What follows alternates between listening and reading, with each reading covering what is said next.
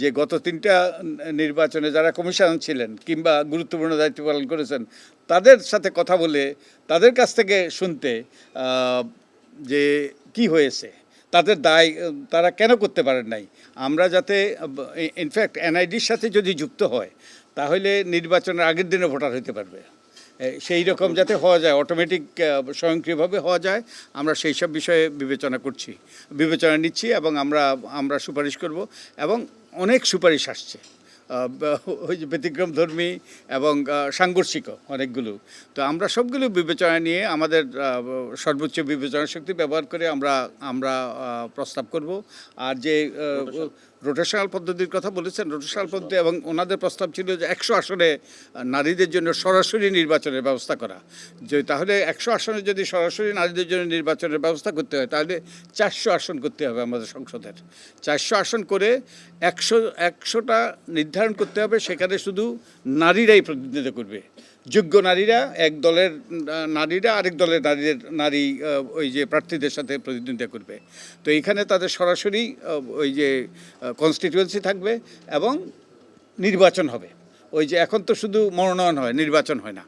তো পরের বার এটা হলো প্রথমবার, না 3টে আসন নয়, 100টা ধরেন 400 আসনের মধ্যে 400 আসনের মধ্যে 1/4 যদি আমরা লটারির মাধ্যমে নির্ধারিত হতে পারে যে এই 100 আসনে এবার শুধু নারীরা প্রতিদ্বন্দ্বিতা করবে, আর বাকি 300 আসনে নারী পুরুষ উভয়ে প্রতিদ্বন্দ্বিতা করবে। পরের 100 আসনে এটাও আবার লটারির মাধ্যমে হতে পারে। তার তৃতীয়বার আরও 100 আর আবার লটারির মাধ্যমে হতে পারে।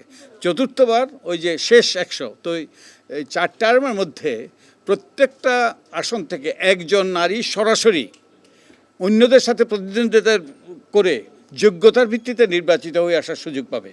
তো এটা হলে যেটা হবে যে এখন যেরকম ফায়দা দেওয়া হয়, এটা যে আত্মীয় স্বজন টাকা পয়সার বিনিময়ে অনেক কিছু, এটা বন্ধ হবে। যোগ্য নারীদেরকে মনোনয়ন দিতে হবে এবং একই সাথে যে যারা যোগ্য তারা যদি একবার সরাসরি নির্বাচন করে আসতে পারে এবং একই দায়িত্ব একই ক্ষমতা প্রয়োগ করতে পারে, তারা উপরি নয়, এক্সট্রা নয়, তারা অলংকারিক নয়, তখন তারা ওই যে এই 5 বছরের মধ্যে তারা কনস্টিটিউয়েন্সি ডেভেলপমেন্ট বলে, তারা নিবেদিতভাবে কাজ করে, তারা এমন যোগ্যতা এমন ওই যে জনপ্রিয়তা অর্জন করবে, তারা পরবর্তীতে পুরুষের সাথে এগুলো যখন আর নির্ধারিত থাকবে না, সংরক্ষিত থাকবে না, পুরুষের সাথে প্রতিদ্বন্দ্বিতা করে জিতে আসতে পারবে।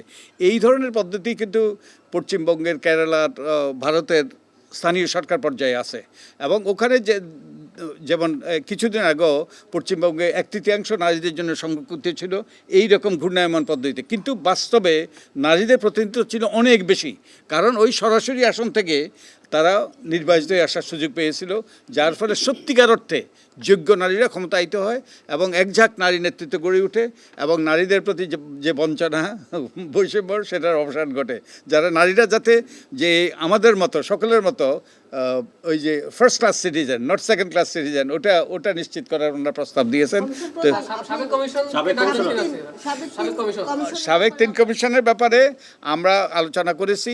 আমরা যেই নির্বাচনী অপরাধগুলো আমরা আবার পর্যালোচনা করছি, নির্বাচনী অপরাধগুলো কিভাবে তাদের ক্ষেত্রে প্রযোজ্য হতে পারে আর এটা যাতে ভবিষ্যতে না হয় সেটার বিষয়ে আমরা পর্যালোচনা করছি। আর আমরা একটা প্রস্তাব করেছি, ওনারা তো সিনিয়র সাংবাদিক, অনেকে সম্পাদক, ওনারা যেন যে বাইরে আমরা গত 3টা নির্বাচনে পর্যালোচনা করছি, আমরা শেখার চেষ্টা করছি, ওনারা যেন ওনাদের ওই যে আপনাদের মাধ্যমে এই যে কিছু অনুসন্ধানী রিপোর্ট করেন যে গত 3টা নির্বাচনে যারা কমিশনার ছিলেন কিংবা গুরুত্বপূর্ণ দায়িত্ব পালন করেছেন তাদের সাথে কথা বলে তাদের কাছ থেকে শুনতে যে কি হয়েছে, তাদের দায় তারা কেন করতে পারেন নাই।